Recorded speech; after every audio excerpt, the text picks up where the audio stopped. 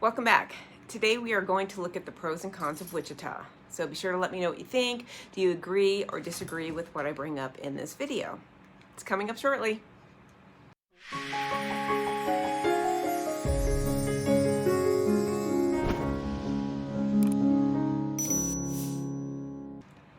Be sure to put any questions or thoughts in the comment section below. And now let's check out what's up with Wichita.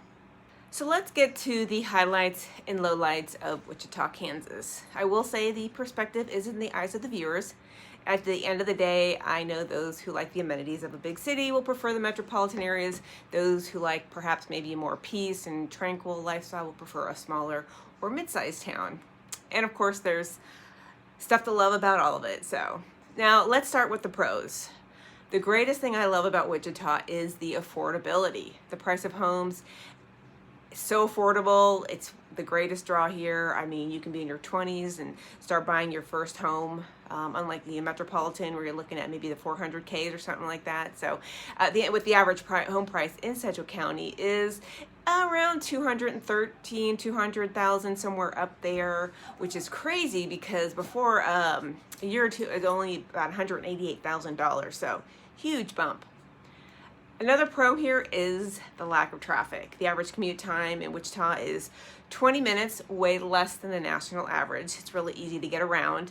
And those who are born and raised here hear the quote all the time. You can get from one side of town to the other in 20 minutes. Road rage is not a thing here. So you can be moving in the car the entire day. During the drive time, yeah, you do have a little bit more traffic during the rush hours typically as well, like anywhere else, but you're still getting home in a very quick manner. So it's definitely a more peaceful way of life. Another pro is WSU basketball. That's Wichita State University. There are no professional sports in a town this size, but Wichita is fortunate enough to have a college basketball team in the WSU Shockers. They went to the Final Four several years ago, and the stadium sells out most games these days. Well, and of course, COVID has changed this, but in the past, ESPN announcers always loved coming here. They would say it during their broadcasts how much fun it was. It was, the decibel level was so loud because it's about 10,500 fans, and it was typically sold out. And the crowds and the town really gets behind the team. So if you start becoming a lifer here, there's a good chance you're going to have some Wichita State gear and get behind the team. So it kind of almost feels like a professional team for this side of the town. Bars get crowded during the games, and the city definitely comes alive. So, well, luckily only 3 hours away is Kansas City, so the Royals and Chiefs have a high number of supporters here. Again, we don't have a professional sports, but on a good note, look at how these teams done. And Mahomes, not bad, to have that as the nearby team that a lot of people tend to follow. I was even on Twitter the other day watching a local sports radio host who said 10 folks unfollowed him because he was happy the Raiders beat the Chiefs. So, by proximity, I guess we're kind of a Chiefs and Royals fan base, but still people that were born and raised here, they'll still have like Denver Broncos, Raiders, Rams. Rams used to be in St. Louis, and they'll still pick their favorites, again, since there's no professional team. Another part that is great about here is being from California. The gyms that over there are dingy, old. Where here, since I've been here since 2003, you've got all these YMCAs that have been built since then. These huge, ginormous indoor-outdoor pools, gorgeous facilities, glass all around, newer equipment, just space is amazing. And these have all been built in the last so many years. So again, compared to my experience in the metropolitan city, they're clean, they're nice, they're newer, they're more state-of-the-art here. So it's great for families in all sorts of climates, definitely for the winter. The kids and teenagers love to come out there, and they do have the babysitting space too. So if you're an adult, you have a young child, you can take them to the kid zone, and I think it might be 13 and up for YMCA, but basically it offers families a lot. And of course, summertime, a lot of folks go out there for the outdoor pool. And they also have outdoor sports fields now and team sports, indoor and outdoor water parks, like I mentioned. They have the cheer camps, gymnastics, some indoor events that kids can be involved in. competitions, classes, stuff like that. And like I mentioned, teenagers love to hang out in the gym area, especially during the cooler months. Of course, adults come to work out in the exercise area or classes. And but what we've seen in the last 10 years, even a couple of less expensive gyms for adults only for the 18 and plus. We've got Planet Fitness here in town now, and Vasa has built, I think, 2 locations. Hopefully they'll bring one to the west side. Those are like $10 a month. Again, they're newer, so nice equipment, and definitely affordable, especially if you don't go all the time or if you only go in the winter time. So again, my only comparison is San Diego, where you haven't really had that old feeling. But gyms have also probably sprouted up more in the last 15 years, just becoming more of a way of life. Another pro, and I've heard this both ways, is there's great restaurants. One viewer wanted me to talk about the great restaurants here. There are lots of chain restaurants and some really nice ones. Larkspur, Newport Grill, Bonefish, Essex. And another new thing that we've heard about in the last so many months is Amazon is coming to Wichita. By the time I wrote the script and I'm talking about it, we've got the confirmation that 2 warehouses for fulfillment is coming here. So hopefully we can start getting daily deliveries of packages. And of course, more jobs have come here. So that's another pro that we've heard of recently. Breaking news as of recently, I just had to add this in, the NCAA tournament is coming back in 2025.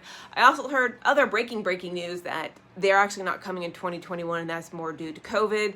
They're centralizing all the basketball like they did, I think, at the NBA for 2020 after COVID had hit. So, but for 2025, right, at least right now, it's scheduled the first and second round to be held at Intrust Arena. And they were here back in 2018, and I think just due to the success here, they're coming back again to Wichita. So, whoop, whoop. So we're excited. It's a big basketball town with WSU, Wichita State University's basketball success. So with that, let's turn to the cons. There's not much to do here compared to the big city. Yes, that's true. I mean, the amenities fit the population of a town. So one thing I did notice here is there's fewer classes. I mean, I used to take like Word and Excel type classes and that, and there's fewer entertainers, fewer seminars type of things here. Another thing is, of course, a little bit less shopping centers, restaurants, and activities, but still a lot to fit, the 500, 600,000-ish people in this town. So, I do have a top 10 things to do in Wichita video that helps elaborate on what you can do with your family here. But yeah, no theme parks, no beaches or ski resorts or mountains for that matter. But several lakes to flock to. With boating and camping, you've got El Dorado and Cheney Lake, which everyone takes their boats out to. You got some smaller ones like Lake Afton, Lake Canopolis, just maybe depends where you live or who you're going to meet. Another con is the airport, and I had personal experience with this. Flying to and from Wichita is expensive, and they have few direct flights. I found this out firsthand when I had a traveling job back in the beginning when I moved here, and the layovers were tough and makes for a long 10-hour day. But if you want to travel for fun and find some of the nonstop destinations, I think Vegas, Seattle, Destin, Florida, just like if you just want to kind of get away for fun and just without the delay of a layover. Wichita tends to fly to the airport hubs before connecting to your final destination. Or you can always drive to Kansas City, fly out of there, but that is a little over 3 hours both ways. Another con, there is less shopping and entertainment. Yes, it's the correct amount for a mid-sized town that we are. So I agree it wouldn't be considered as much what I grew up with, and not as many of the higher-end stores that you see in the cities, big cities. So thank goodness for online shopping these days, especially if you like brand merchandise. And another con, this is just my, again, we talked about this, but no professional sports. I just want to make sure I mention this as a bullet point. If you are a sports fanatic, you will need to settle on running down 3 hours to Kansas City to watch the KC Royals or Kansas City Chiefs.